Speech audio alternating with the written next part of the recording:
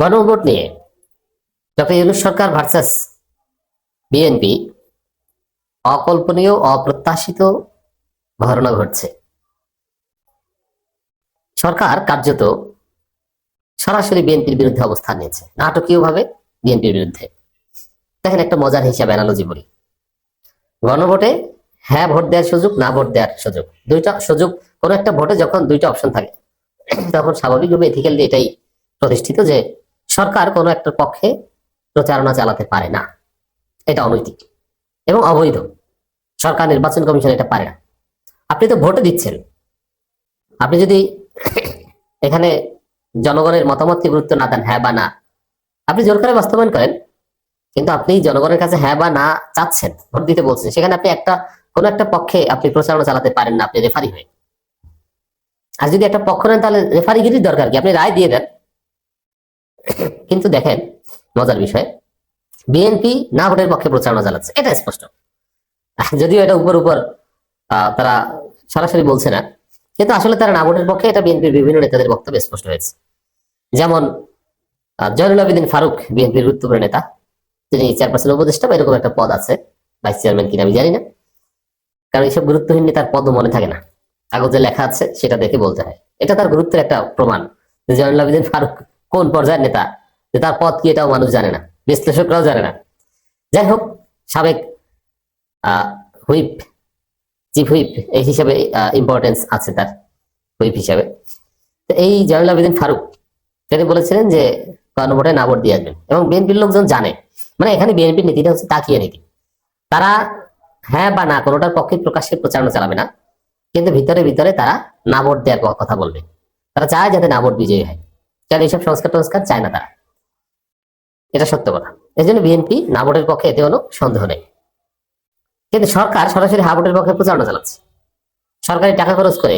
নির্বাচন কমিশনকে না দেখলেও সরকার প্রচারণা চালাচ্ছে যে হা ভোট দিবেন। মজা না, বিএনপি তলে তলে না ভোটের পক্ষে, আর সরকার হা ভোটের পক্ষে প্রচারণা চালাচ্ছে। এটা থেকে স্পষ্ট বোঝা যায় এটা তাৎপর্য কি, এটা উচিত না, কিন্তু তারপরে এটা তাৎপর্য আছে। সাপোজ আওয়ামী লীগ ভোট দিতে যাওয়ার কথা না, কিন্তু আওয়ামী লীগও যদি না ভোট দেয় এবং বিএনপিও যদি না ভোট দেয়, যদি কোনো কারণে না ভোট জিতে যায়, আমি বিশ্বাস করি অনিবার্যভাবে হা ভোট জিতবে, কারণ এটা নতুন বাংলাদেশ। আর বিএনপি বিএনপি আওয়ামী লীগ মিললো বাকি, বিএনপি আওয়ামী লীগের ভোট আছে। দেখেন না, ডাকসু, জাকসু, রাকসু, চকসু, সর্বশেষ যোগসুতে দেখেছেন ছাত্রলীগ ছাত্র দলের ভোট মিলালে কি শিবিরের সমান হয়? হয় না। তো এর মানে তারা ভোট দিলেও বাকি, না দিলেও বাকি, এদেশের জনগণ হ্যাঁ ভোটের পক্ষে রায় দিবে।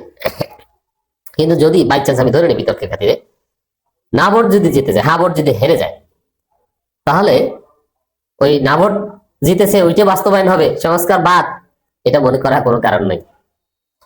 সংস্কার ঐকমত্য কমিশনের যে সুপারিশমালা, জুলাই সনদ, এটা এমন একটা রিয়ালিটি, এটা হ্যাঁ ভোট জিতলে তো গণভোটের মাধ্যমে হয়ে গেল, আর যদি না জিতে তাহলে অন্যভাবে হতে হবে, ওটা বাতিল হবে, এরকম কোনো সুযোগ নেই। এটা বাস্তবতা। যেহেতু এটি হচ্ছে একটা হেকমত যে এট এনি কস্ট সরকার জুলাই সনদ বাস্তবায়ন করবে। এখন বাস্তবায়নের পদ্ধতি হিসাবে গণভোটে দিলাম, গণভোটের মাধ্যমে যদি কাঙ্ক্ষিত ফল হয় হলো, না হলে এটা অন্য হয়ে, নার পক্ষে নতুন বাংলাদেশে দাঁড়ানোর কোনো সুযোগ নেই। এখানে না মানে ভুয়া, তবে গণভোট দিতে হবে। কেন? এখানে গণভোট ছাড়াও তো সরকার এটা অধ্যাদেশের মাধ্যমে, আদেশের মাধ্যমে যেভাবে বাস্তবায়ন করে ফেলতে পারে। মানে গণভোটটা দিচ্ছে এই কারণে যাতে আর কেউ পরিবর্তন করতে না পারে, আর একটা গণভোট ছাড়া এটা পরিবর্তন করা যাবে না। এর মানে এই নয় যে এটা জনগণ চায় কি চায় না, জনগণ চায় এটা নিশ্চিত, এবং এটা করতে হবে, এটা চোখ বুঝে করতে হবে, কথা ফাইনাল। সালিসি মানে কিন্তু তালগাছটা আমার ভোটে দিয়েছে, কিন্তু হা ভোটেই হতে হবে, এটি কথা।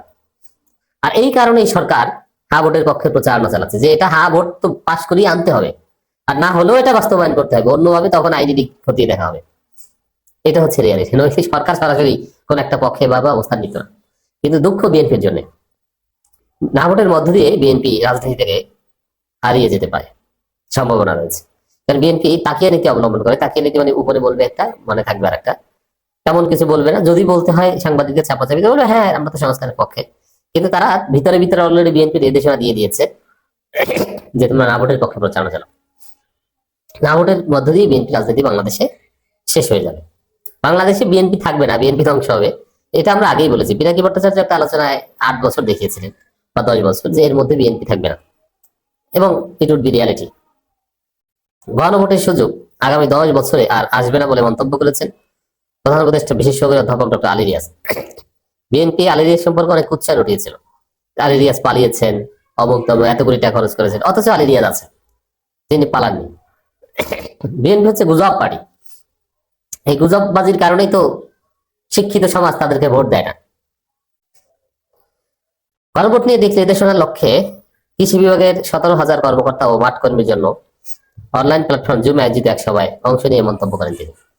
এখানে কিন্তু হাবোর্ডের পক্ষে সরকারের লোকজন এভাবে প্রচারণা চালাচ্ছে এবং আরো বিভিন্ন অ্যাড, বিটিভিতেও অ্যাড যাওয়ার কথা। আলী রিয়াজ বলেন, গণভোটের এই সুযোগ আগামী 5 বা 10 বছর আর আসবে না। ভবিষ্যতের বাংলাদেশ কিভাবে চলবে তা ঠিক করে দেওয়ার এই সুযোগ কাজে লাগাতে সবাইকে একসঙ্গে কাজ করতে হবে। তা কিভাবে চলবে? এর মানে হাবোর্ড দিতে হবে, হাবোর্ডের মাধ্যমে বাংলাদেশ সঠিক পথে যাবে। না ভোট দিলে তখন আমাদের রাস্তা অন্যটা খুঁজতে হবে, আর একটা বিপ্লব করতে হবে প্রয়োজন। কিন্তু জুলাই সনদ বাতিল করার কোনো সুযোগ নেই। না ভোট বিজয়ী হলেও জুলাই সনদ বাতিল করা যাবে না, এটা বাস্তবায়ন হবেই। বরং বিএনপির কপাল ভালো যদি হাবোর্ড জিতে যায়, নইলে যে বিপ্লবটা হবে সেটা হবে বিএনপির বিরুদ্ধে। বিএনপি অনিবার্যভাবে সেই বিপ্লবের বিরুদ্ধে অবস্থান নেবে, তারপরে বিএনপি ওই বিপ্লবে পিটানি খাবে। আমরা তো বিএনপি ধ্বংসের জন্য 8 থেকে 10 বছর টাইম দিয়েছিলাম, 8-10 বছর লাগবে না। এই না ভোটের পক্ষে বলতে গেলে যে পিটানি খাবে ওতেই শেষ। বাংলাদেশ যে কয়টি মন্ত্রণালয়, উপজেলা, ইউনিয়ন ও গ্রাম পর্যায়ে জনবল রয়েছে তাদের মধ্যে কৃষি মন্ত্রণালয় অন্যতম উল্লেখ করে তিনি বলেন, জনগণের সঙ্গে আপনাদের যে যোগাযোগ রয়েছে তার মধ্য দিয়ে গণভোট বিষয়ে সচেতনতা সৃষ্টিতে ভূমিকা রাখার সুযোগ তৈরি হয়েছে। গণভোট বিষয়ে সচেতনতা সৃষ্টি মানে হাবোর্ড দিবেন, এই কথার অর্থ হচ্ছে এটাই। গণভোট সংক্রান্ত জনসচেতনমূলক প্রচার কার্যক্রম মুখ্য সমন্বয় বলে 2024 সালে গণঅভ্যুত্থান ও বিগত 16 বছরের সংগ্রাম হাজারো মানুষের প্রাণ দিয়েছে, তার প্রাণ দিয়ে আমরা এই দায়িত্ব দিয়েছেন এমন অবস্থা যেন আমাদের আগের অবস্থায় ফিরে যায়। এখানে এটা নিশ্চিতভাবে আমরা দেখতে পাচ্ছি যে গণভোটে হাবোর্ড জিতে যাবে। তবে বিএনপি এখানে পুরো রাষ্ট্র, সরকার, জনগণ বিএনপির বিরুদ্ধে অবস্থান নিচ্ছে। না ভোটের মধ্য দিয়ে বিএনপির কবর রচিত হতে পারে।